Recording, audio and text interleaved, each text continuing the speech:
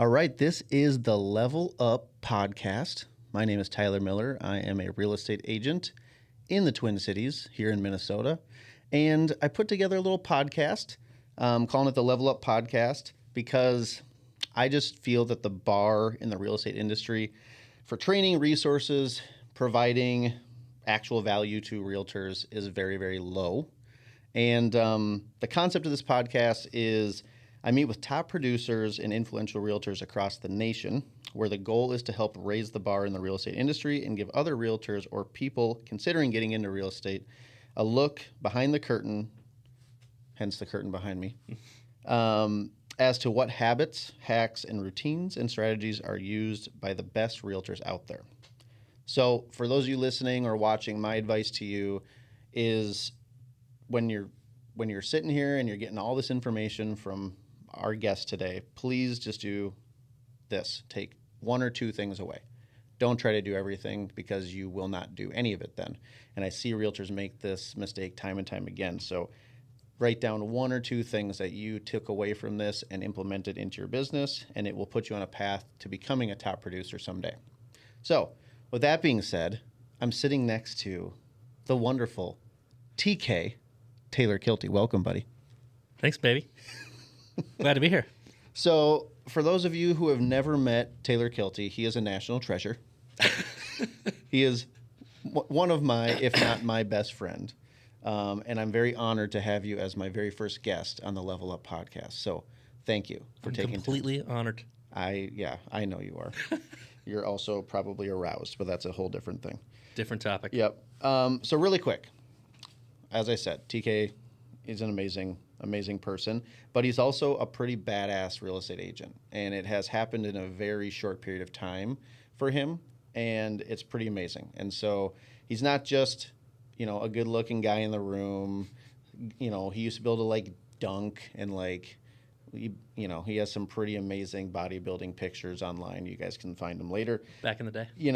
So yeah, he's pretty amazing, just in life, but he is an incredible real estate agent. And I wanted him to tell us a little bit about just your background. So TK, first off, hit us with, who you are, where you're from, your family, all that stuff. You bet.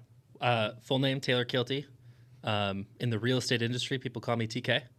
Is it Taylor? Is it James? What's your middle name? Yeah. It could be a TJ if you wanted. TJ? No, it's a TK. Yep. But I've got a wonderful wife, Chelsea, two baby boys, Deacon and Crew. We're over in Maple Grove. We've been there for a handful of years now. Absolutely loving life. Yep. Stumbled into real estate accidentally. For one of our business partners, AJ Pedersen, sold him CenturyLink Internet door-to-door sales. The Goodwill Hunting of the North Star Alliance, AJ Pedersen. Yeah. Mr. Spreadsheets himself. Mr. Genius, yeah. Stumbled across, literally sold him CenturyLink Internet, and he's like, we should grab coffee. Mm-hmm. I'm like, okay. I don't know what I'm doing with my life. Yeah. Grab coffee, and then a handful of months later, he convinced me to get into real estate, join his team, and that was about 5.5, 6 years ago now. So, quick follow-up question to that. Did you answer the door? Or no, wait, you came to his door. Yeah. Did you go to his door shirtless? I did not. No, that was... So that's not why he wanted you to join his team? No. Okay. Just wondering. I never know. That was a secret for another day. Yeah.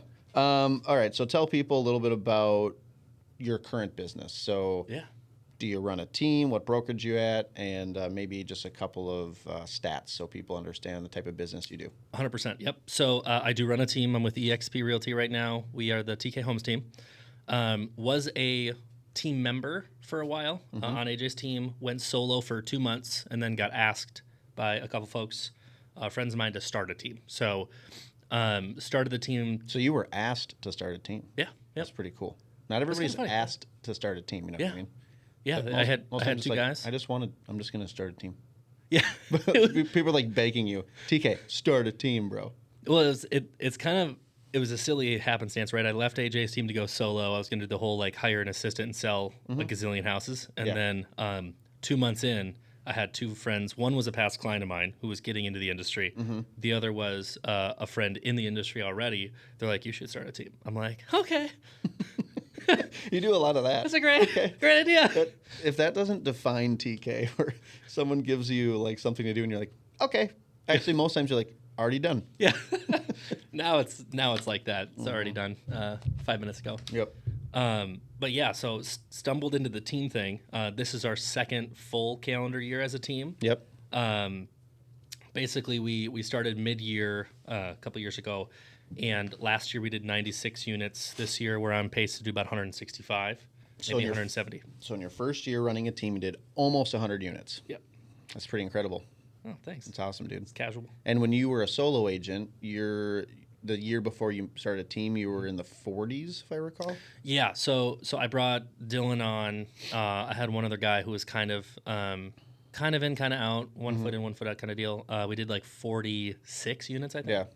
Yeah. So we did 46 to like 94, 95 units last year. And then. Yeah. And so now, as of this point, in what are we in, August of 2023, you run a top 10 team at EXP in Minnesota. Yep. Pretty amazing, dude. Thanks. Congratulations. It's been fun to watch. Okay, so we got a little bit of background. He's definitely somebody that you guys need to listen to and can easily learn from. What's your primary market, and what do you guys specialize in? Yeah, Twin Cities area, and try not to limit ourselves too much because growth requires some sacrifice in that fashion. If you hone in too much and refine, you limit yourself, especially with the last year or two that we've had. Yeah. With the overall transaction count being so far down, we specialize in. I would say providing an experience. Honestly, we don't really turn away. I don't do a ton of commercial, but in the residential side of things, we have a new construction contract right now. So we do a lot of that. We've got 7 neighborhoods. We do a lot of buy-sell stuff. We have a few investor clients that we work pretty heavily with. Yep. But right now, we're in just full growth mode. So we're trying to service everybody that we can add to the arsenal. Yeah, totally. Okay. So where can people find your business, and maybe more specifically, where can realtors who are listening find you to either reach out to you or maybe learn a few things about your business to help them? Yeah, we've got the initial social platforms going on right now. I've got a kind of a beginning YouTube channel. You can always find me on Facebook, Instagram as well. TK Sells for the Instagram handle. I have a collaboration page as well. It's jointkhomes.mn.com. But they don't have to join your team to get something from that, right? Correct. Yeah, we've got a national group and a statewide group that are all fairly dialed in to a partnership level from a collaboration standpoint. Yep. We're just out here trying to help as many people as we can. Yeah. What's like 1 or 2 resources on your Join TK Homes website that a realtor might find and get something from? Yeah, we have a continuous social content add up. I do a lot of trainings or a lot of just like helpful tips and tricks to kind of curve the industry as a whole, I guess, from a prospecting perspective, little conversion tips and tricks. Yeah. No, some of those have been awesome. I've obviously follow you on social, and some of your 3-minute videos on how to convert a lead or something is like pretty awesome. So if you guys are not following TK, it's Taylor Kielty on Facebook and TK Sells on Instagram. So check it out. All right. So we kind of already heard about your real estate history. So just a quick recap. You were door-to-door salesman selling CenturyLink. Yep. Okay. Just bringing people the internet all over the place. Just connecting. You were connecting people, right? Trying. Back then, and you are now. So you did that. You joined AJ Pedersen's team at Engel & Volkers. Yep. You guys eventually became the top team at Engel & Volkers. Yep. And then AJ made the transition to EXP. Yep. You went with. After a year or two, you decided you're going to go solo. You got begged to start a team. And the rest is history. Yeah. Now you're here. You're full growth mode and top 10 team at EXP in Minnesota. Yeah. Striving for more. Perfect. All right. Well, let's get into the meat and potatoes of the podcast. Why people are here, TK. Whew. They want to go deep with you. They want to learn. Okay. So it's pretty simple, guys. I only ask my guests one question because we got to get to it, right? The one question that I want to talk about with you today is, what is the one thing that you do in your business that makes you a top producer? Let's go deep. So take it away. What is the thing that separates you from the pack that you do better than most? Yeah, so, something that I've always learned, especially with the mentors that I've had in this industry, is that things shift so quickly that you almost can't see it necessarily. If we had a crystal ball, I mean, imagine where we would all be right now. Right.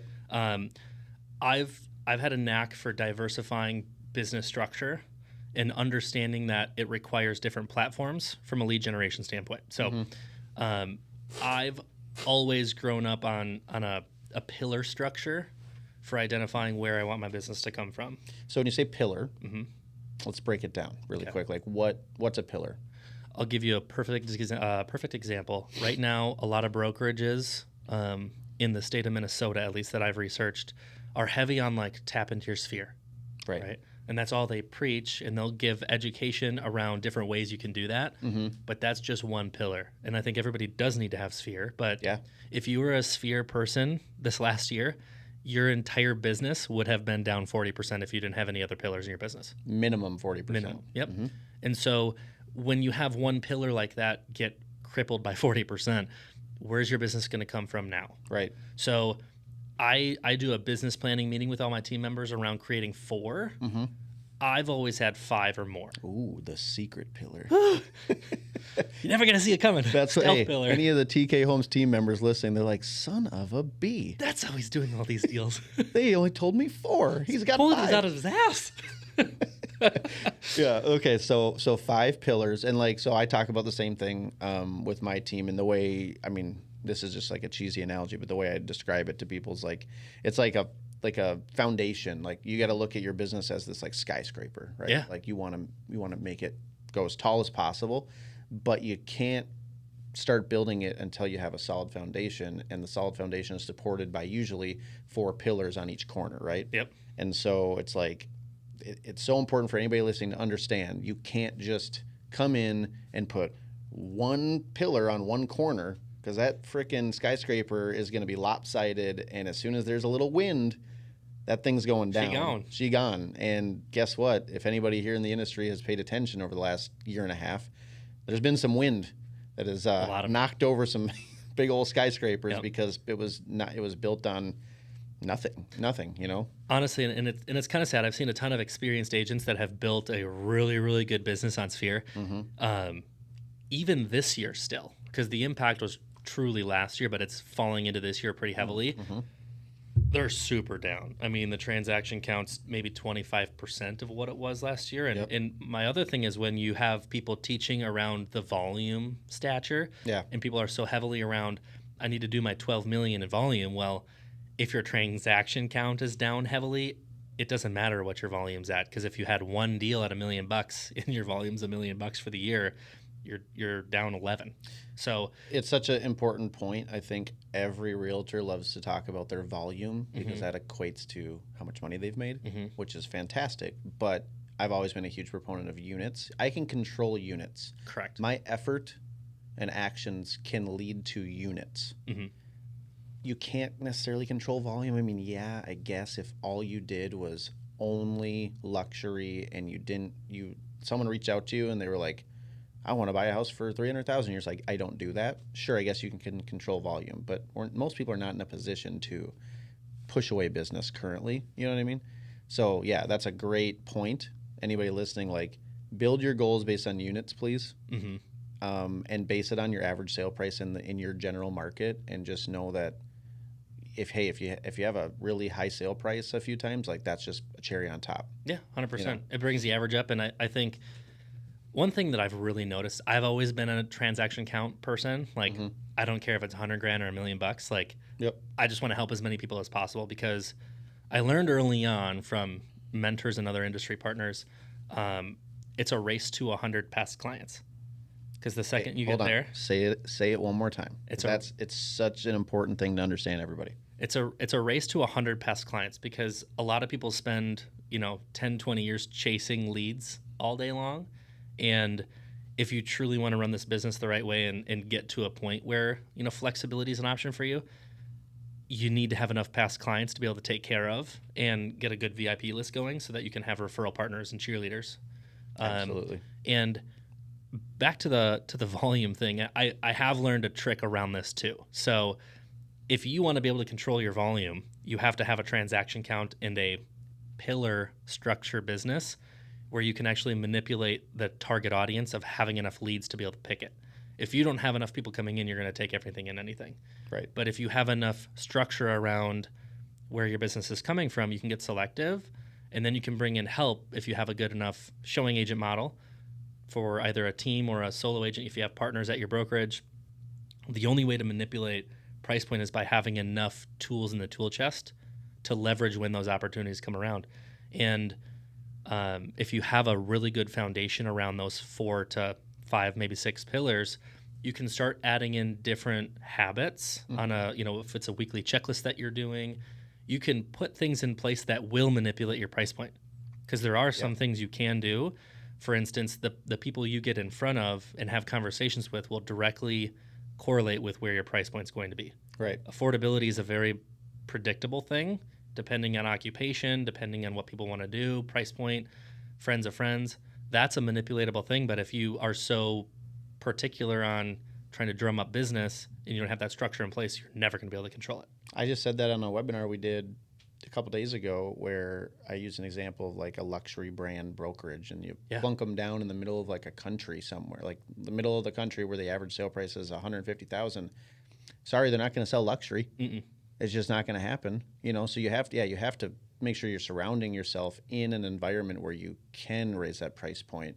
But at the end of the day, I think agents get really wrapped up in that, and it's like, to your point, if you just get 100 past clients, right now, that pillar of your referral business is going to be the strongest pillar of the 5 that you have because you're cheating, and it's going to keep you profitable forever, right? You're gonna, in a market that's shifting, maybe you're down, but you're still, if you have a pillar of business like that, you're gonna survive. You know what I mean? So that one, I believe, what you're saying is probably one of the most important ones, right? Referral-based sphere business, right? Yep. So let's move on to. I actually divide them in half, Okay. believe it or not. So if let's do all 5 quick. So I count past clients as a separate one because I count past clients and referrals differently. So I'll do sphere as just acquaintances, people I know, family, friends, all that jazz. But then a past client is somebody that's experienced my level of service already. Right. So they have a different bucket because some sphere people I am trying to prove and set an example of the type of work you have available. So I treat them a little bit differently. Different marketing, different messages. Correct. Yep. So I have a different value perspective for them than I do a past client because now it's maintaining that level of service that they're already getting used to experiencing. Whereas I'm doing more of seed planting for sphere so that I can get them in the door. Right. Now, that's just 2. My other one is I'm a really big fan of referral business. So, and what I mean by that is there are numerous really successful referral business structures. For instance, an Opcity account, right? That was one that I used early on in my career, and I did 12 in a year because I honed in on the platform. So by taking a referral-based platform, that was business I was never going to get. Yep. And so I used it to jumpstart personal business because it was a road to 100, right? Right. And so, And how many referrals have you gotten from those people over the years? well, my average I'm at about 0.4 referrals per client right now. Yeah. So almost half of my clients have given me a referral. Right. That's amazing. And that's another part of when you get to the skyscraper and you're building it, that's like level 2. And so as you build the foundation, after you've built it, you can start adding things in to make it taller. Yep. Which then ultimately makes it grow, where you can increase your referral percentage. You can introduce conversations. There's little tips and tricks that you can add on top to get your building higher. Right. And so that's really where it kind of snowballs. But let's get back to the pillars at hand. Yeah. One of my personal favorites, though, is definitely paid leads. Paid leads. I've always been a really good paid lead person because I know how to handle them. Yeah. If you have proper training towards how to work team leads or paid leads, you can get really good at them, and they'll be your best cheerleaders. But wait, you're saying I have to invest into my business? 100%. I have to spend money? Yes, you do. Huh. Weird. Okay. Absolutely. So you'd say that that's pretty important. That's been very successful for you. Because a Yeah. lot of people will say that they don't have very good success with paid leads. You know what I mean? Most of them don't. And I would say that I don't think it takes a certain type of person to be able to convert team leads. I think it takes proper training on how to handle them. Because a lot of times people don't understand the number of contact attempts it takes to really get in front of people the right way. I can tell you this statistic. If I've ever gotten in front of someone that's a paid lead, it's about a 96% close rate because I'm 96.1. yeah. That's an inside. That's an inside joke between me and TK. He's always 1% better than me. To this day. To this day. But I think like if you can get in front of these people, that's the most difficult portion of conversion. Yeah. If you're looking at the funnel from a conversion standpoint, the getting in front of them is the hardest part. But once you're there, they're most likely to listen to you if you set the right expectations and give them a proper expectation of what working with you, above average agent, hopefully, is going to look like. So give everyone listening one tip, like the biggest, most important one for having a great, getting in front of somebody, right? Because I think a lot of people can shine when they get in front of someone. But I agree with you. Getting that appointment is like the toughest piece of internet leads because they're just like, they don't know you. They don't trust you. Why would they meet with you if you don't have a house to show them? So like, what is your one thing that works most of the time? From a conversion, just like approach? Getting in front of people, like what do you think is your secret sauce to having such good success to get in front of them with paid leads? Okay, I'll give you two sides to the coin. Getting in front of them, I do have a secret sauce. It's my invite. Its ultimate success rate is incredible. It's the would something like that be helpful for you phrase. Do you say it like that with that sexy voice? Would something like that be helpful for you as well? I have literally tested this. This is my favorite thing about paid leads too. The conversion rate expectation is fairly low, so there's a lot of practice in there. So I spent a lot of time just calling people and playing around with my strategies. But the number one way I got my conversion rate so high from a paid lead or any lead source that's not a Sphere member really is any introduction that was outside of somebody that I know was how to properly invite them to a meeting. Number one, identifying and qualifying what they're actually looking for. Number two, what their timeline looks like. And number three, what their actual hotspots and objections are. Because I actually use their hotspots as part of the way I ask how to get the meeting in the first place. So I always started off with, no matter, I have to qualify them a little bit. I have to understand what their pain points are, why they're inquiring, what they're looking for, right? So let's say it's a referral lead coming in and they've been looking for a little while. They haven't had any success. They don't know where to start. They're a first-time home buyer. The very first thing I say is, hey, you know what? I completely understand. I've had a ton of clients that have been in the exact same situation you have. So I start with a third-party introduction, and then I go into, you know what they found to be really, really helpful is grabbing a cup of coffee, going to a happy hour, running through the 10 steps of how to buy a house. Because right now the market changes every single day. And it's really important to have enough information in the tool chest to make an intelligent decision for your family. And so what they found was it's really, really good to go over where money comes in. So it's an expectation setter. It's a good way to go over timelines. If they're in a lease, if they need to navigate some sort of timeline, they have a house to sell, what those timelines look like. It's a good way to go over how to navigate being in a competitive offer situation. If they're in a tough price point, go over that. And then I dive it into an actual formal invitation after this. So I use 2 to 3 hotspots to relate to them. And then I follow it up with, oh, you know what? Would something like that be helpful for you as well? Yeah. In probably about 90 to 95% of the time, it's helpful. You're not going to say no to that if you're a consumer and you just hit on all my hot spots. You're just asking a simple question. Would that be helpful? Yeah. Yeah, like if you're a traditional first-time home buyer, the few things that you're concerned of is being sold something. Number one, I don't know what I'm doing. Number two, what money do I need to come up with? And I'm really concerned about where I'm going to live. Yeah. And so if you touch on like the 3 main points, hey, let's go over where money comes in. Let's go over how to navigate the market and the location you're looking for. and then I'm going to show you personally the 10 steps on how to do that. Right. There's no way they would say no. Game over. Yeah. Or if they do say no, they're not a real buyer. That too. Yeah. So it's a good way to weed them qualify. out. Yeah. It's a good way to fully qualify and weed out people. Right. Now, here is the other tip and trick. Oh, well, I keep getting ghosted. Well, right when you get that invite down, you put them in appointment set status, right? Now, I'm setting up a calendar invite, and I'm telling them exactly what I'm going to do after that. Okay, you guys, so here's what I'm going to do then, because I've got a meeting set up for 10 a.m. tomorrow at Caribou down the road from where you guys live. I'm going to send you a calendar invite with the address, and then I'm going to send you a text message so you have the quickest way to get a hold of me if something comes up. Yep. So keep an eye out for that text message, and I look forward to seeing you tomorrow. So I'm setting an expectation of setting expectations. Right. So it's giving them an example, and subconsciously, they're seeing what working with me is going to be like. I'm telling them the next 2 steps. Yep. Always. Yep. That you get into the process. We meet, and we do a buyer meeting. We go over the 10 steps on how to buy a house. Here's where the conversion jumps. The second I do that, I then tell them what we're going to do after that. Right. So it's doctoring in every fashion of every give step. them something to do that you're going to do for them, because what are the 3 things that people need in order to work with us? They have to know us, like us, and trust us.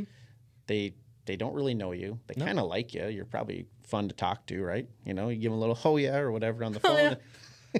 And like they like you, but they don't really know you and they don't trust you. So if you send them a text, even better, I think a video text, you know, it's like, oh, I'm feeling like I might know them a little bit more. I see a face. I see a face. And then to trust, the trust is built because you're setting up like little things that are easy to accomplish, but you're showing that you're going to accomplish them for them right now, which is just making you a reliable person, a reliable advocate for them. And that's something I learned a lot from AJ, your former team leader, and he's helped a lot with our internet lead conversion as well. So yeah, that whoever's listening, that works 100%. Yeah, Feel it's really felt good. found that you talked about, relating to them, letting them know they're not alone in their thoughts of like, oh gosh, I'm just nervous about this. Be like, yeah, well, I've had many clients that have experienced that same thing, and here's what we do to fix that. And like it's so important to make people feel comfortable.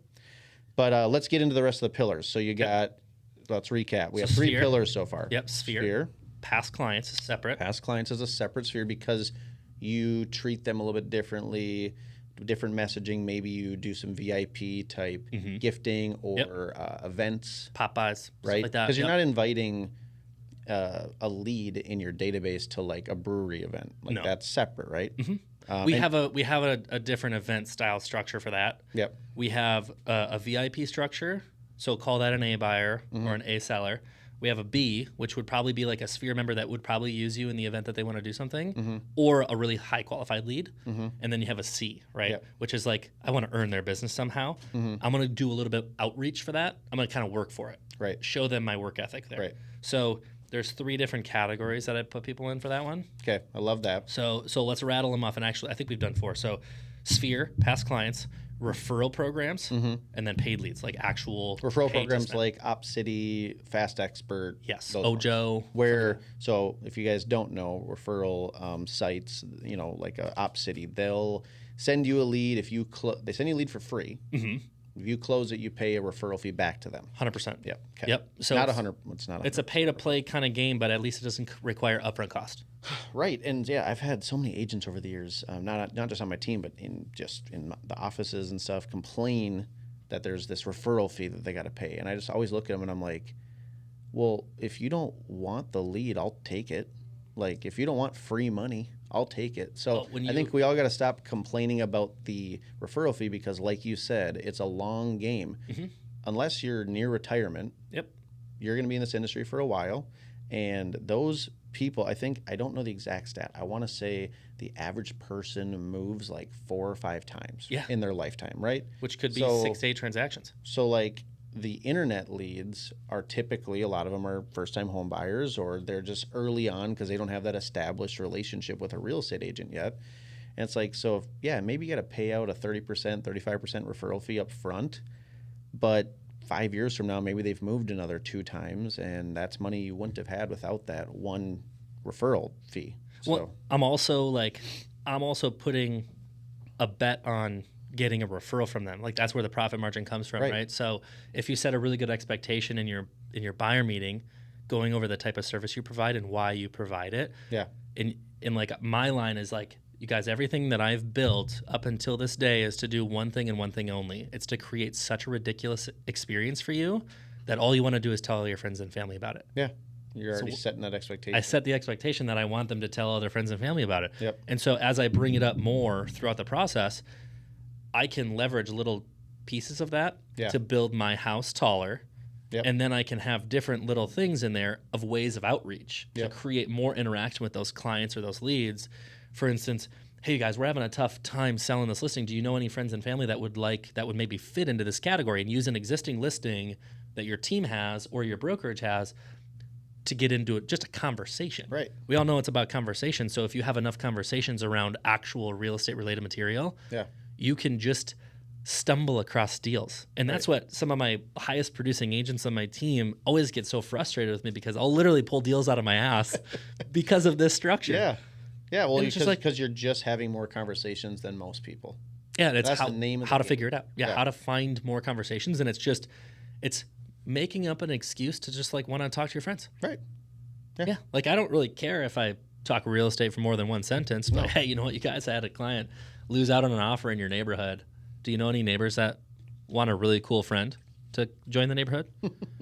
No? Oh, cool. Well, how have you guys been? Yeah, anyways, how's the family? Yeah, exactly. How's your summer? Yep. Yeah. And now it's a talk point. It's a touch point. We all know the 36-point rule. Try to talk to people 36 times a year, 3 times a month, some way or another, via digital, online, text, call, whatever it is. Yep. And if you want to know that, that's a different conversation, but feel free to reach out. Maybe Love to tell you about it. another level up.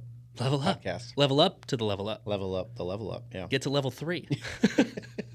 Yeah. Right now, this is level 1. Yep. We're Build your foundation. We're only giving one level of the 10-level system with TK Homes. The 10 level up. 10 steps to leveling up. All right. The anticipation is killing me. What is the 5th pillar? There is no 5th. You just totally. Everybody's waiting for the 5th. You're like, I was kidding. It's only 4. Yeah, the 5th is actually all of them combined. No, I'm just kidding. It's industry partners. If you don't know what industry partners is, this can be anything you want related to houses. Okay. And so when most people think industry partners, they think people in a transaction, which is true.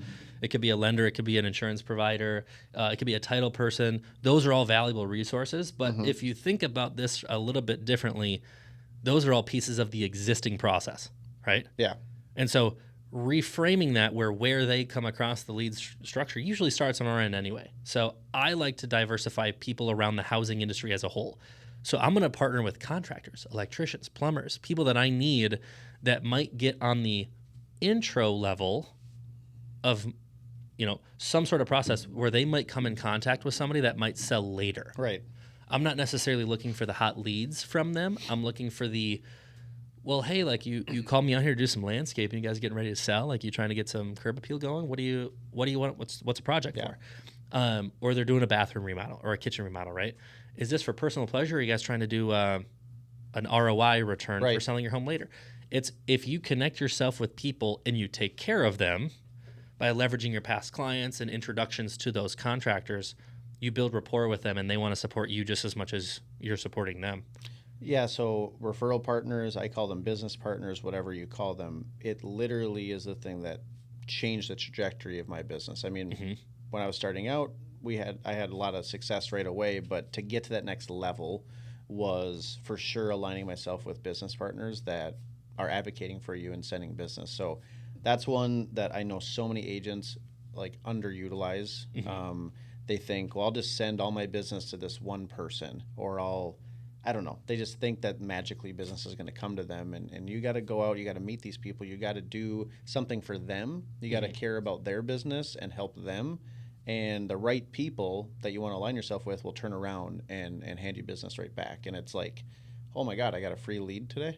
Like, thank you, And it takes work too, though, like because people think that in this industry, like I'm going to have people calling me right away, right? And what am I, my 6th year now, and I finally have people the last couple of years start to call me, right? Past clients fear just because they see me on a social presence level or whatever it might be. But it requires work. This one especially.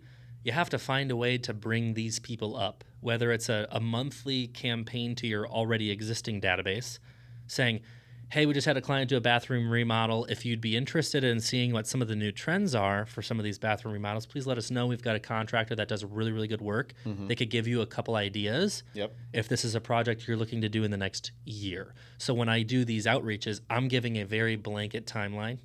In the next year is my most common one because nobody thinks about doing it in the next month. It's just an excuse to reach out, right? Right. But letting them know you have a guy so that they're always coming to you for help. Yeah. That's what I want. I want to be the go-to person. It's not like I'm going to do all the stuff for them. It's just I want to be the connector. And that's one thing that I learned in my business was if I just connect people with the appropriate people, they'll know me as the person that has a guy. Yeah, you become the guy. Yeah. For everything. Yeah. So, well, I hit the table there. Sorry. The 5 pillars that TK talked about are super important. I think the big takeaway that everybody should have is you can call them pillars, you can call them whatever you want. Buckets of business. I use the phrase sometimes have enough lines in the water if you're going fishing, whatever. Do not get I think there is something to be said about honing in on your skill, right? And I think you would agree with me. Out of the 5 pillars, you probably spend more time with 1 or 2 of them than the other ones. Yeah, there's definitely stronger Right. forms of pillars. Yeah. So we're not saying to treat everyone equally, but don't just have 1 or 2 pillars and be like, I don't do anything else. I have so many agents that say, well, I'm just referral based. Yep. And I'm like, yeah, I get that, but that's a dangerous game to play. That's cool, and 90% of your business can be referral based, but you need to be doing some other things for when the waters get choppy, it gets a little windy, market starts to shift. Otherwise, you're solely dependent on what the market's doing. It's you want to make your own market. For agents that are really committed to their business and they take tracking really seriously, the way to structure this properly would be to create a spreadsheet, track it, understand the different ratios of where your business is coming from, like the percentages for each bucket, commit to that much of your time. Let's say you're working 40 hours a week, 50 hours a week, do the percentage of time, create a weekly checklist around the activities that are going to generate business, get rid of all non-income generating activities, and then commit to that amount of time. Do a 1 through 40 or 1 through 50, depending on how many hours you're doing. Allocate the number of hours and then create a weekly checklist for that specific thing. And you will officially be doing all of the activities on a consistent basis every week of every year to drum up the appropriate amount of business. So what was it? The history was down, or the history of the market down 40% last 2 years in a row, something like that? Yeah, in the last 2 years, we're down about 50% total. Total. Okay. So if you're down 50%, this structure will literally prevent you. I've done 35 to 40 deals the last 3 years in a row, allocating no additional hours towards my business by having this model. Yeah. As you allocate more time to things that dry up, you can delegate that time towards your other pillars. Yep. It's that simple. Yeah, our team is also on pace to beat last year, which is ridiculous. We just beat last year already. Did you we're, really? We're approaching 100 right now. That's incredible, dude. That doesn't just happen by accident, right? As you guys can all tell, TK has a plan. It's very casual. Yeah, very casual plan. But all right, well, thank you for sharing all that. I hope everybody who was listening sharpened their pencils and took a few notes. So moving on to something that I think is even more important is personal life. Oh, yeah. Okay. So I like to ask this question too, because I think so many agents, they are so much seeking that work-life balance. And you meet people who are successful in real estate, but they're miserable in their personal life or whatever. And at the end of the day, that's what matters most. You're not taking any of this money with you. You can help as many people as you want, but if you don't have deep relationships with anyone, it's kind of empty. You're not on the road together with anybody. Right. So anyways, and it might not be relationships, it just could be happiness in your personal life. So my question to you is, what is a hack, a routine, or a habit in your personal life that you value most that has significantly improved your life, your quality of life? Sure. Something that Chelsea and I have done recently, I think it's probably going on maybe 7 or 8 months now, that we have really just valued a little bit more than we thought we would, because it's kind of a casual thing. We all know this industry is absolutely ruthless when it comes to time. Yeah. and we don't always get to do like, I want to do a date night. I have 2 kids. Finding a babysitter every freaking week is brutal. So we did something a little different. We have a very particular routine for our kids, and so it's very predictable. 7 o'clock, 7:30 rolls around, our kids are in bed. We can't go out or do anything, but we love games. And so we do every Wednesday evening at about 7:15, 7:30, depending on when the kids are in bed, we do a hubby-wifey game night that consists of whatever we want. It could be board games. It could be Mario Kart, which you've joined in a couple of times, right? Yep. We do something that gets our mind off of kids that we will genuinely just enjoy, and it can be as casual or as competitive as we want. We all know Mario Kart's pretty freaking competitive, but there's you make little wagers. Yeah, we got little wagers in there, little gifts on the line, little golf outfit, Chelsea's, man. It's going to be great. There we go. But it's little things that get the competitive drive because it brings you closer together.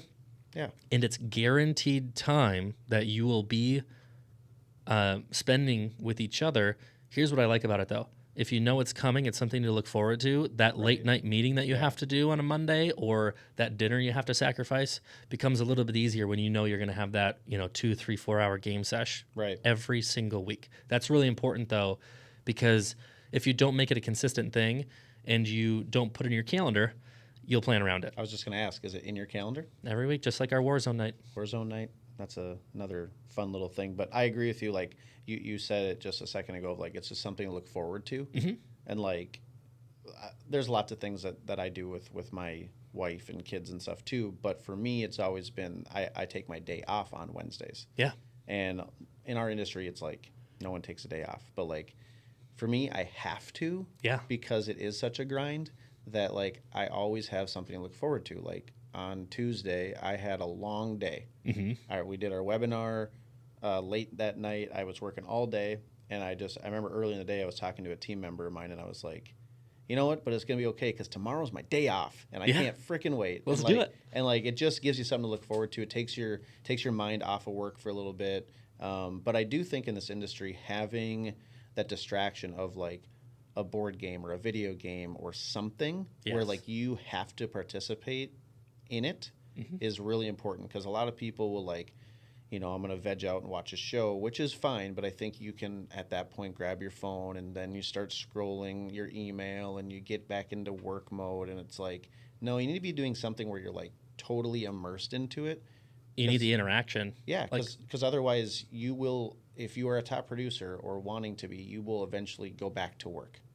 Like it's just the way we're wired. You get sucked into it, right? Like in Chelsea is just getting a feel for it. She's 2 months into her business. Let's give her a shout out for those in the Maple Grove area. Tell us what Chelsea can do for you. Maple Grove, Card My Yard, absolutely dialed in. Been in business for about 3 years now. Chelsea just bought it about 2 months ago. She can set up signs any occasion. You can create your own. You can do birthdays, graduations, anniversaries. She's got you covered in the West Metro area. Yeah, it's she's crushing it. Yeah, every time I talk to you late at night, you're like, yeah, Chelsea's out carding someone's yard right now. Like she's busy. Yeah. So shout out to Chelsea, kicking butt. Well, and so that brings me to my next point, though. If you don't have something planned where you both check out, like we will do work dates together in front of the TV because we're gonna literally be on our phone. We'll be together, which is awesome because then you can spend more time with your family. But we're both kind of in our separate space. We can be kind of bubble. Yeah, we're in our bubble. We're getting stuff done. We got a TV show on. We can be dialed in. I can take some time off and listen to the show if I want, or I can dial in, get some stuff done. But if you have something that you truly enjoy planned that you can immerse yourself in, you will appreciate the time together and you'll grow together more, which I think is important. I love it. All right. Best advice you've ever been given? Oh, yeah. Well, one thing that I look at probably on a daily, weekly basis is my student loan amount. You still have some? I still have. I got about 20 left. All right. We're close. We're if anybody wants to buy or sell a house with TK, he needs to pay off his student loans. Join TKHomes.com. So I grew up, my mom was a teacher, so very, very heavily in the education system. It was just expected that when you're done with high school, you go to college. Yep. I think our generation, that was like, It's the thing, that's it. right? But especially having a mom who's a teacher, like you're not getting out of that one. But Nope. And so I think, and it's not so much as advice as just like things you hear, right? So she was like, okay, so where are you going to college? I'm like, I don't freaking know. I don't want to do that. I have no idea what I want to do with my life. Yeah. So the first thing I did was like, okay, I'll go to college, and then I'll just be a gym teacher like her, athletic director, gym teacher, stuff like that. The birth of TK Chains. Yeah. Inside joke. Yeah. But literally, like I hated school. Like ADHD off the walls. Like I was always getting into trouble because I couldn't focus. I wasn't interested in anything. But I was ingrained in sports, so I'm like, that was the no-brainer. So went through the school route, flunked out my first 2 years at Bemidji State. Mm-hmm. After that, I'm like, okay, well, I don't really know what I'm going to do with my life still. So I went into a different type of school. I'm like, I really enjoy, hard work. So I went into like landscape architecture, trying to find the calling, because school was really, it was just bestowed upon, right? Like it was just expected. Yeah. Well, I finally quit that and went into some sales stuff. Well, I met Chelsea, and she's like, I want to be together with somebody that's got a diploma, right? That's got a degree. That's what Chelsea said? Yeah. I didn't blame her at the time. Yeah. I was working at Target. I don't want to date no dummy. Yeah, I was working at Target. She was paying my bills, so I can understand where she's coming from. She's like, you gotta do something. So went back into business school because I'm like, hey, I'm kind of getting. This is now your third stint in college? Yeah. Yeah. And so I tried to figure it out, and then I stumbled into real estate, and I finally convinced her. I'm like, I can't do this school thing. Like, it's not working. Yeah. Well, I got really good at real estate really, really fast. And I'm like, yeah, I'm not doing that school shit. Yeah. You're going to quit your job, actually. Yeah. And so that was finally what did it. And I think the advice that I really retained was, we hear it a lot where sometimes the best advice is to not listen to any advice and just follow yourself. So to me, that's what I hold on to fairly dearly is you just got to figure out yourself first. Right. And then the advice that will help you go down the path that you're actually meant to be doing is the best advice that you can accept. Yeah. I got drawn down a path of just listening to other people trying to guide me down a path that they thought was right for me instead of what was right for myself. So that would be my biggest thing. Yeah, I think that's very profound. I think almost any other person I would ask what's the best advice, they'll have something that they were given and told and that maybe resonated, and at the end of the day, maybe they don't actually believe it or follow it. So yeah, we, especially in the real estate industry, we get a lot of advice from lots of people. Just type in real estate, whatever on YouTube. And there's going to be 1,000 videos. Bazillion people telling you exactly how to run your business. And so we're inundated with advice 24/7. And I do think that is a distraction. So yeah, I agree with you. I think that's a great piece of advice is don't listen to every piece of advice that you hear. Yep. Trust your gut, follow your North Star and and trust your intuitions. Yeah. And you know who you are deep down. You know what you want to do. And you, like you said, you knew you didn't want to go to college. You weren't destined for that. No. So, you got to listen to mom. I totally get that, but you were right. When you're in her house, her rules. Yep. All right, couple more questions here. What's one thing people thinking about getting into the industry need to know about the industry? Oh, this one's easy. So having agent count be a big deal in leadership for the industry, right? Like when you're growing a team, you hear different reasons people want to get in. The number one thing I hear, you guys, this is not a flexible industry. No. You are not going to be able to dictate your schedule, especially in your first couple of years, right? Yep. You have to grind, race to 100. Once you've built enough of that foundation, get your pillars going on, you can build systems and structures in place to be able to create some of that flexibility.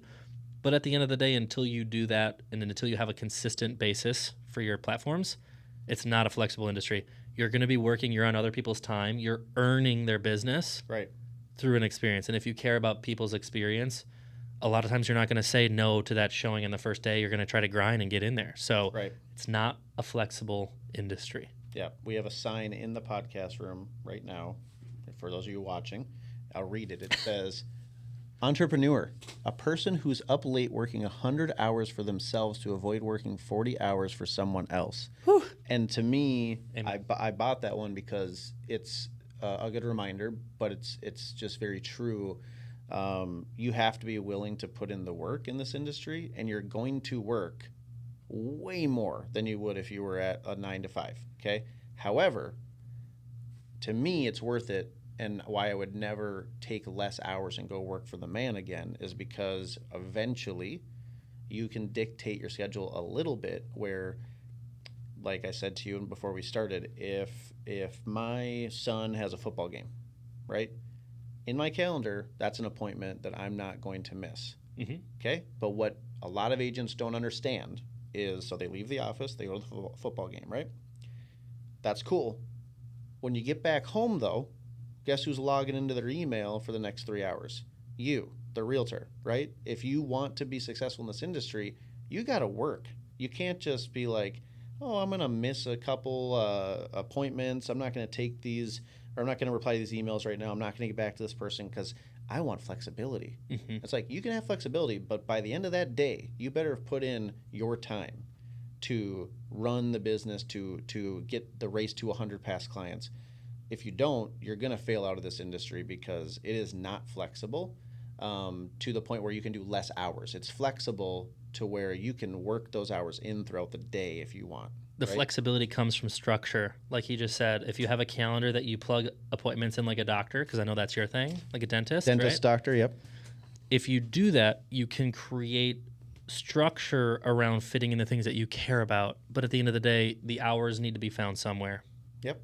You ain't going to run away from, Nope. I mean, get ready for 100 hours a week, guys. That's what this takes if Yep. you want to be a top producer.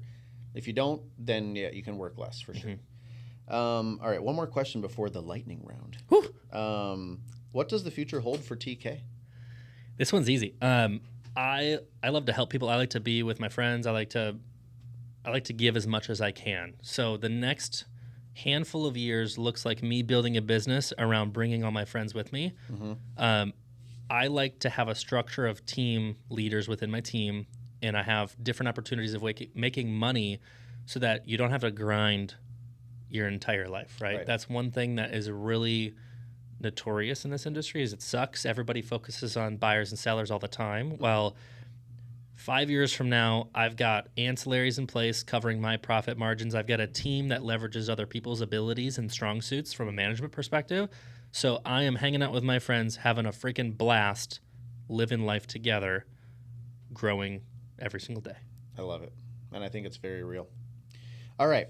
Lightning round to wrap up the old Level Up podcast. So we're going to play a fun game of overrated or underrated real estate industry specific topics. All right. So I want a quick overrated, underrated answer. Okay. And then like a very brief explanation. Okay. Is this pertaining to me or my team, or what is this? This is pertaining to you in general. Like, Just me. Like, well, how you feel about it in general and maybe why. Okay. Okay. So, number one, overrated or underrated listing presentations. Overrated 100%. You don't need that shit. Yeah. And why? Because it's a relationship. I think if you do a really, really good job and you provide and you're prepared. So I think it's underrated if you're prepared, or it's overrated if you're prepared. Yeah. It's underrated if you have no idea what you're doing. Correct. Or if you're newer in the industry. Yep. That would be what I would say. Because if you know through experience how to navigate certain situations from selling, you know the area, maybe you know the person already. I think there is a certain place if you're going into rigorous like competition comparatively. But I have so many processes in place. I haven't used a listing presentation in 5 years. Shocker. I'm not shocked at all. That's why I asked the question. 100% agree. I think listing presentations, once you've established yourself, which may take a year or two, let's say. Yep. They are greatly overrated because at the end of the day, people are going to work with you because they know you, like you, and trust you. And the biggest one of that is liking you. If they like you, they're going to give you a shot. So if you can go to a listing presentation and just like become their friend, and show you have knowledge of the industry. That has to be there. You just have to show that you know what you're doing. And so if you don't, this is a good tool you can use to follow and teach yourself how to know what you're doing. Right. But eventually you get to the point where you go through your analysis and you're not necessarily going over marketing and stuff like that because people know that you do a good job and you have the track record. Yep. You know. So, all right. Buyer consultations, overrated or underrated? Underrated. I love buyer consultations. I also agree with you. It is if you want to clear up like 25 problems a week in your business, just do a buyer consult up front with these people, and then you won't have those problems anymore. 100%. But so many agents are just like, what? You meet with your buyers ahead of time? A buyer consultation or a buyer meeting for us Yeah. is exactly how you reduce those 100 showing clients down to 5 showing clients. Well, and the 100 problems after the contract's accepted, and they're like, well, what do I do next? And what, it's like, remember the buyer consult? Oh, Every yeah. single thing. Yeah, it's crazy. Love it. So listing presentations, overrated, whatever. Buyer consults, don't miss. All day. Don't miss them, baby. Teams in the industry, just in general. Teams. Underrated. Underrated? Yep. Yeah? The power of a team, if put together correctly, you will never be able to compete as a solo agent. That's a no-brainer. Love it. Multiple offers. Underrated. Why? Why did you pause? Because I'm trying to think from a buyer's agent perspective versus a listing agent's perspective. From a buyer's agent perspective, overrated. Yeah. Son of a bitch. Another 10 offer situation. Listing agent, honestly though, as a listing agent, sometimes it's a little overrated. It's kind of nice where you just you get one good offer. It still depends, a great agent. But I agree with you. I mean, I think you said underrated. Yeah. Obviously, for our clients, it's fantastic. Yes. Sometimes for agents, as a listing agent, there's 15 offers on a property. The amount of prep work you have to do in negotiating all weekend long is a lot, right? Yeah. I love it, but it's a lot. If you position your client correctly and set good expectations and you know how to organize it, I am really good at negotiating from there. And so that's just one of my tools on how I leverage getting so many listings is because of my abilities through those processes. Right. So, all right. Brokerage, just in general. Like the brokerage you're at? Yeah. Underrated. I think it's underrated? See, I totally disagree. I think it's overrated. You think so? Yeah, because we talked about this the other night. You're the brand. You're the... you right now, TK, could go to any brokerage and sell houses. I know what you're getting at. Yeah, I know what you're getting at, Yeah. and I have another question for you. Okay, let's hear it. But I'm just saying, just in general, you are a person that needs to hang their license at a brokerage. Then it's overrated. Does the Then it's overrated. brokerage... I was putting a different context on it. So I'm going to say overrated if it's just I need a place to go. It's overrated. Yeah, is the brokerage going to make you? No. Right? No. That's all I'm getting at. Okay. Then if it's from a simplicity standpoint, then it's overrated 100%. It's a place to go. Next one. Oh, God. eXp Realty. Underrated. And why? You can do anything here. Yeah. It's and as simple as that. 3+ ways to make income and all that stuff, yeah. But I will say, those of you who are like, oh, eXp sounds great, I'd say it's an overrated brokerage if you don't join the right Correct. group. Yep. Because it's twofold. Going back to the previous, the brokerage doesn't matter as much. It's the people. It's the people, it's the model, and it's the opportunities that you get with the right brokerage, I guess. But it's so if you just eXp is the best and you just join it, it may not be the best experience. No, it's not. 100%. It is very particular. It's two-sided for both of those questions. Right. Warzone nights. Underrated. Oh yeah. I need 7. So yeah, TK and I every Tuesday night with 2 other guys will play Call of Duty Warzone, and that is basically my equivalent to your Chelsea night. Yep. I turn my brain off for 4 hours and we absolutely destroy people. Just so you know, if you want to play us, you have to have a KD under 1. I'm the only one with a KD over 1. And it's barely 1. And it's barely 1, yeah. I have a 0.4 KD. Very proud. I know my role. I thought it was 0.04. No, I should fight for that. That'd be great. We'd get great lobbies. Oh my gosh, we would. Yeah, having someone like TK in the group, which by the way, I don't know why you're Katie's solo because you're not that bad. You're pretty good, but like it helps us get in better lobbies, so I love it. I just make sure that as long as I have 2 or 3 guys alive, I just find somebody that I can die a few times to on a rooftop somewhere. Right. To keep the KD low, baby. Yeah. I know my role.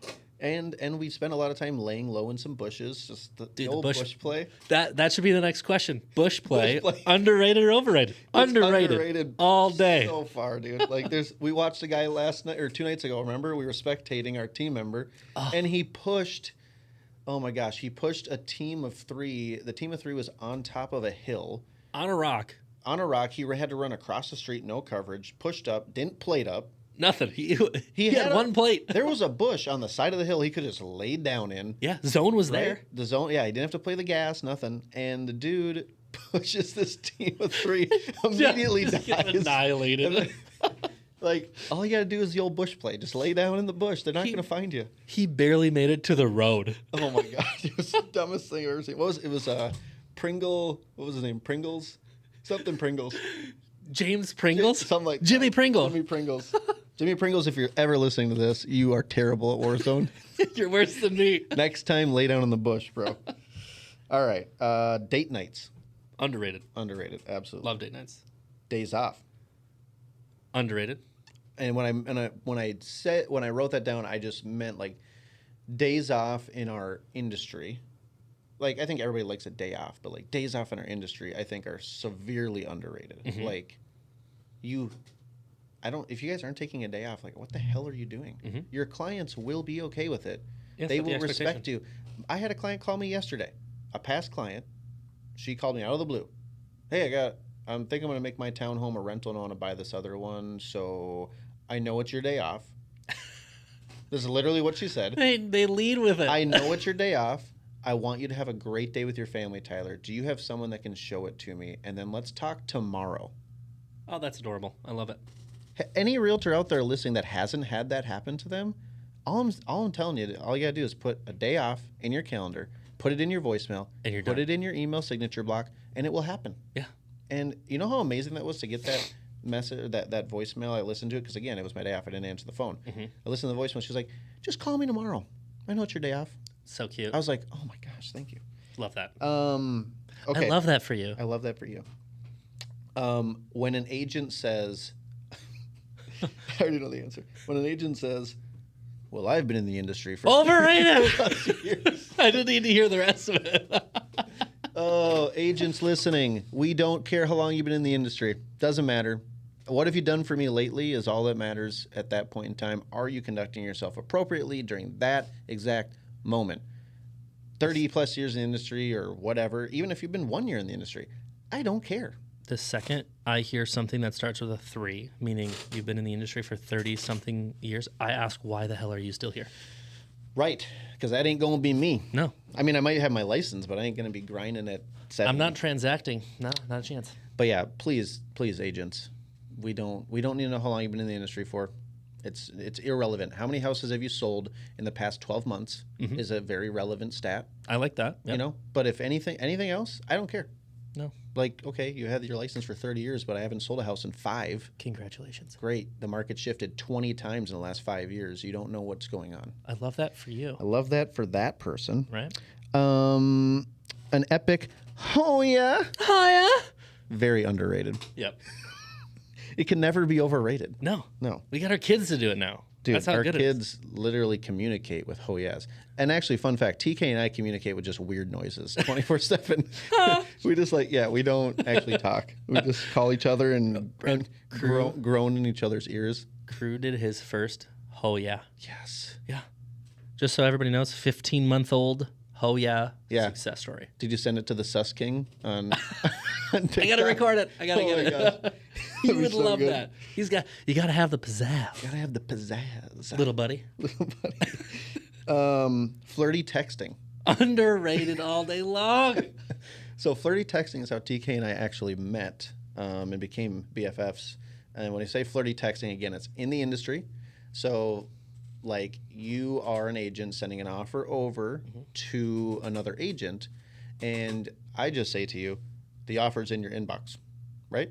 And then another agent rolls in and texts you, hey, it's TK. Hey. With 20 emojis and like, dude, bro, I got this just badass offer in your inbox. Got a bitchin' offer, Yeah, and bro. then you send a GIF with like some guy like high kicking or something. Like, immediately I want to work with that person. Immediately. Like, I'm just like, yep. And so, anyways, TK, we call it flirty texting just because it's like emojis and fun stuff.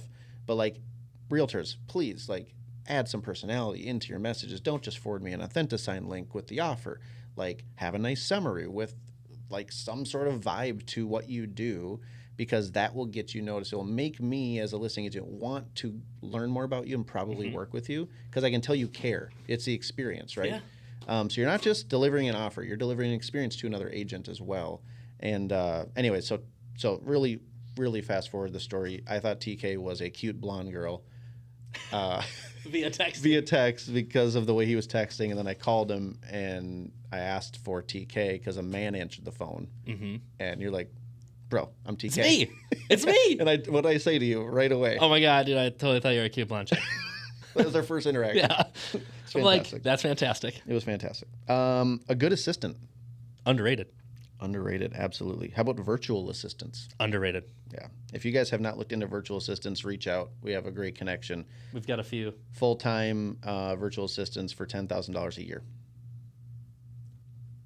Underrated. It's insane. And they're incredible. I have a virtual assistant that runs my entire transaction coordination department. We sell about 200 houses a year. And that position in the States is $60,000, $70,000. Yep, I've got a marketing one. I've got my own personal assistant VA as well. We're looking at some TC stuff too to piggyback off of our executive assistant as well. So it's pretty dialed. I really enjoy them. Yeah, and they are so grateful. They're like amazing. It's life-changing money for them. Yep. You know? Professional photos, like of houses. Underrated. Yeah. Still, it's amazing to me that people don't do high-end professional photos. They're not that expensive, people. No, like, get really a partnership with a photographer, get a consistent thing going, get a little discount code per order, and just run with it. Have some fun. Yeah, it is, I think, the most important thing you can do for your client. Business cards. Overrated. Yeah. Do you popple, bro? I popple occasionally. I actually recently got rid of my popple widget because I haven't used it in so long, but it's an incredible thing. Popple is like basically a QR code that you can scan, and not even a QR code. It's a signal you can send someone on their phone, and it's like all your contact information. Yeah, it's pretty sweet. You can add little widgets on there too for different social media accounts. If you have collaboration pages, you have websites you want people to check out, you have home buyer workshops you want people to look at, you can add it all in there via hyperlink. It's pretty cool. And on my business cards on the back, we have a QR code to a digital brochure, which I think is way more valuable than the actual business card. So yeah, if you just have a plain business card, like you might as well just like have toilet paper instead. Like that's what's going to happen. Couldn't agree more. A couple more. Social media. Underrated. It's the necessary evil that you have to do in this industry at this point. Videos. Underrated. Internet leads. Underrated. Severely. Yeah, a lot of people would say overrated to that, but you're proof that you can build an incredible business from internet leads if you just do it the right way. Yeah, I would add that there is a profit margin per source, but if you treat them the right way, there is a very profitable way to leverage that. Yep. Business partnerships. Underrated. This is one of your pillars, absolutely. Being a team leader. Overrated. Thank you. It's overrated, people. If you're out there thinking, I'm going to start a team, please call us, and we will let you know all the reasons why there's a different and better option to do this. Or all the necessary evils you're actually signing up for. Yeah, right. I mean, it's trust me, it's rewarding. There's a reason you and I both do it, right? Yep. I wouldn't change it. However, it is not what you think it is, and it is not what people portray it as. Correct. I think most people think, a team leader, I get a cut from everyone's stuff. I'm going to make all this money, and I'm going to drive a Mercedes-Benz and like whatever. Cool. That's not how it is at all.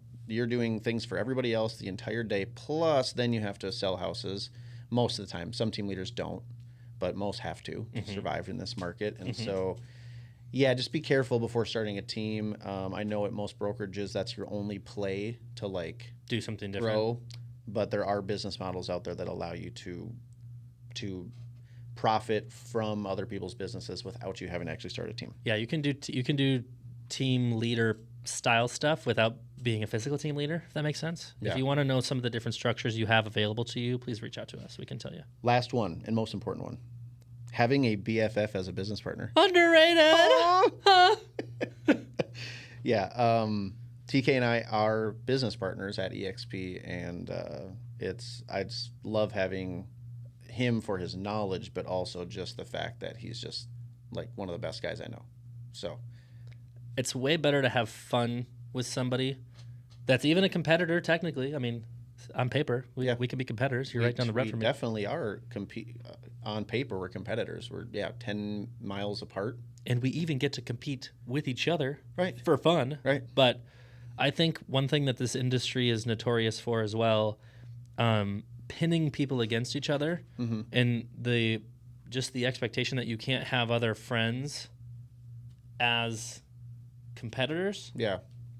But like you got to have somebody to have fun with. Like you're on a rocket ship together. Right. Take your friends with you. Yep, exactly. And to be honest, I don't think maybe you can say otherwise. I don't think we've ever competed No, we've for never a been in listing or a competition. buyer, No. like not even once. And we're only 10 minutes apart, and we do the same freaking thing. We do. So that like if we're not competing, guys, like no one out in the industry has to worry about it. Just be friends with people, share, and good things will happen. So And honestly, if we were ever competing, we'd probably just co-list it together. 1,000%. I can't wait for that day. Yeah. So someone's like, well, I'm also talking Somebody to TK. Somebody is in for a treat. I'm gonna pull you up on speakerphone when I'm at the appointment and be like, "Hey TK, I got so and so here. Do you want to just co-list this bitch?" Yeah. I'll just be like, I'll take over the flirty texting. You can do the listing press. Right. Yeah, I'll do the listing press since you don't really do them. Well, anyways, I want to say first off, thanks, buddy. Yeah, baby. Appreciate you being here. Thanks for having me. I think anybody that's listening had to have learned quite a bit. I know every time I talk to you, I learn something. So it's just amazing that you have built such an amazing business, and I can't wait to see what you do in the next 5-10 years. The good part is I'm going to be right there with you, which is going to be even better. I love that for us. So I love that for us for sure. But anyway, so just thank you. And anyone else, or for everyone else listening, I just want to say I sincerely hope that you got a few takeaways out of this. You know what I mean?